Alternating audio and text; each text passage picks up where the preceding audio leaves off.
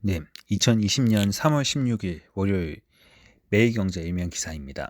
첫 번째 기사입니다. 국내외 일감 끊겨 이들은 중소기업 주도산. 중소기업들 사이에 주도산 우려가 돌기 시작했다. 코로나19 사태로 수출과 내수가 모두 가로막히면서 이달부터는 영업, 생산, 수출이 사실상 올스톱 상태라고 했다.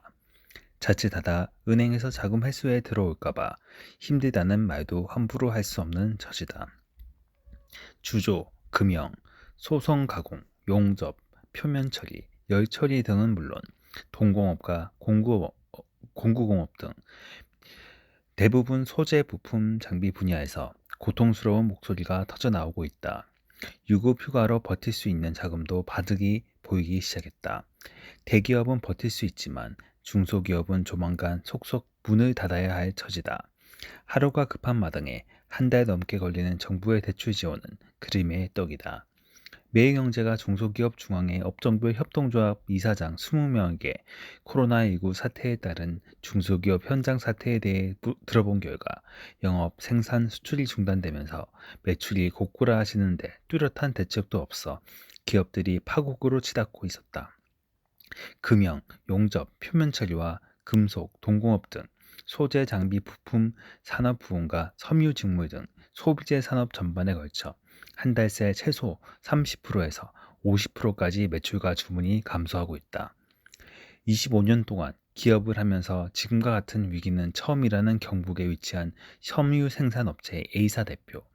그는 섬유 산업은 2월부터 5월까지 성수기이고 보통 매출액의 90% 이상이 수출에서 나온다며 코로나19 사태로 신규 주문이 전혀 없고 기존 고객들은 물건을 가져가지 않으면서 대금 결제가 늦어지고 있다고 한숨을 쉬었다. 그는 지난해 같은 기간 대비 매출액이 50% 넘게 빠졌다. 지금 같은 상황이 지속되면 머지않아 섬유업체들이 줄도산할 것이라고 우려했다. 그는 바이어들이 있는 유럽도 다 문을 닫고 있으니 미래가 전혀 보이진 않는다며 직원들도 모두 매일매일 불안에 떨고 있는 상황이라고 덧붙였다. 과거에 받아놓은 주문으로 지금은 어떻게든 공장을 가동하고 있지만 다음 달부터는 직원 월급도 주기 어려울 것이라고 호소하는 중소기업이 많아지는 추세다. 시아공단에 위치한 중소기업 B사는 일부 직원들이 유급휴직 중인데 주문을 새로 받지 못하면 직원을 줄일 수밖에 없다. 우리 같은 제조기업은 주문을 못 받으면 희망이 없다고 토로했다. 박순환 금융협동조합 이사장은 상태가 어려운 기업들은 은행들에게서 자금 회수가 들어올까봐 말도 못하고 끙끙대고 있다고 호소했다. 벼랑 끝에 몰린 중소기업들은 정부의 특단의 대책을 요구하고 있다. 단기 대출을 통해 당장의 유동성 문제를 해결해 주는 것도 중요하지만 생산이 멈춘 산업이 돌아갈 수 있도록 조치를 해줘야 한다는 것이다. 네, 두 번째 기사입니다. 새마을 금고 적자 수렁, 자영업 불황의 직경탄. 단시간에 몸집을 키운 새마을 금고가 재무 건전성에 적신호가 들어왔다. 전체 새마을금고 단위금고 5곳 중 한 곳이 적자에 빠진 것으로 드러난 것이다. 올해 들어 코로나19 사태로 자영업자들의 붕괴가 가속화되면 대표적 서민금융기관인 새마을금고가 직격탄을 맞을 수 있다는 우려도 나오고 있다. 15일 한국은행과 금융감독원에 따르면 지난해 말 기준 새마을금고의 전체 수신 잔액은 170조 3천억 원으로 1년 전 145조 6천억 원에 비해 17% 급등했다. 부산, 경남, 광주, 대구, 전북, 제주은행 등 지방은행의 원화 예수금을 다 합친 것보다도 많은 수준이다. 문제는 새마을금고가 이처럼 불어나는 자금을 감당할 수 있을 정도의 리스크 관리 능력을 갖추지 못하고 있다는 점이다. 예금이 워낙 큰 폭으로 늘어나다 보니 부동산 프로젝트 파이낸싱 등 무리한 대출 영업이 뒤따르고 있다는 지적이다. 금감원에 따르면 지난해 9월 말 기준 1,304개 새마을금고 가운데 22.8%에 해당하는 297개 금고가 적자를 기록한 것으로 집계됐다.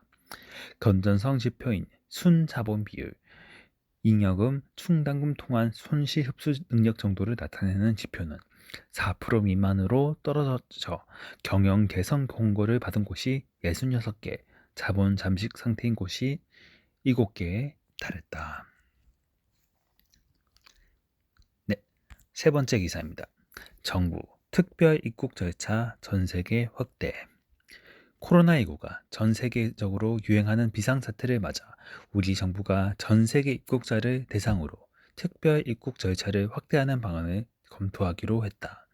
15일 박능우 중앙재난안전대책본부 1차장은 정부 서울청사에서 열린 정례 브리핑에서 전 세계적으로 팬데믹 현상이 나타나고 있기 때문에 이제 특정한 나라를 구분해서 특별 입국 절차를 적용하는 게 별로 의미가 없을 것이라며 가능한 한 이른 시일 안에 전 입국자에 대한 특별 입국 절차를 시행하도록 준비하겠다고 했다.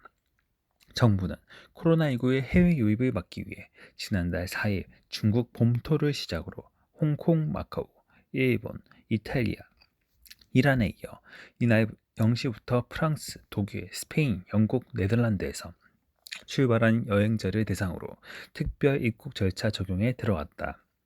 특별 입국 대상자는 내 외국인 구별 없이 발열 검사를 받아야 하고 기침, 가래, 인후통 등 코로나19로 의심할 만한 증상이 있다면 사전에 이를 알려야 한다. 문재인 대통령이 국내 코로나19 확진자의 88%가 집중된 대구와 경북 일부 지역을 특별 재난 지역으로 선포했다.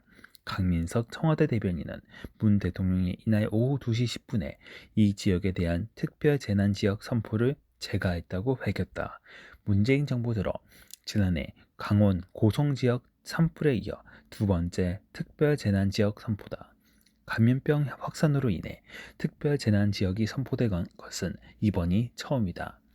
특별 재난 지역으로 선포되면 피해 복구비의 50%를 국비에서 지원하고 국가 차원에서 복구 계획도 마련한다. 또 주민 생계 및 주거 안전 비용, 사망, 부상자에 대한 구호금이 지원되고 전기요금, 건강보험료, 통신비 등의 감면 혜택도 주어진다.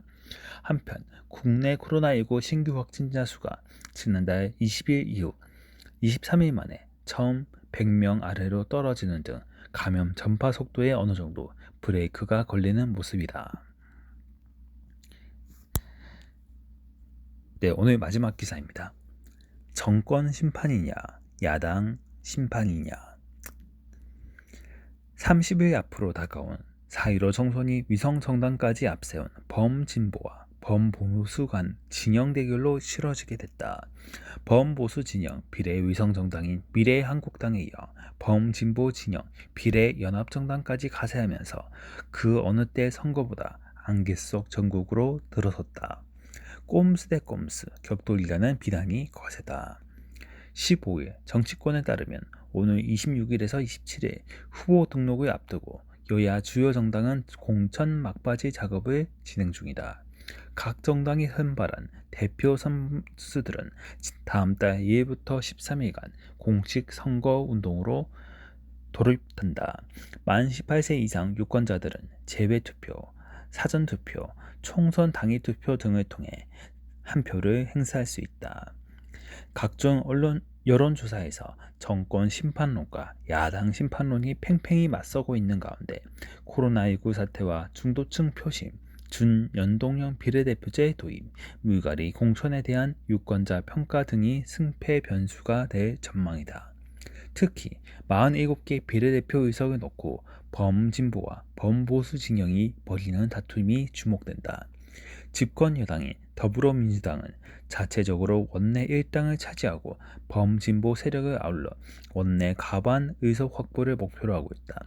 20대 국회 여소야대 지형을 범진보 진영과 연대를 통해 사실상 여대 야소로 바꾼다는 전략이다. 반면 보수 진영이 통합해 탄생한 미래통합당은 비례위성 정당인 미래한국당과 함께 원내 과반을 확보해 문재인 정권 국정 운영에 제동을 거는 동시에 2020년 정권 탈환 발판을 마련한다는 각오다.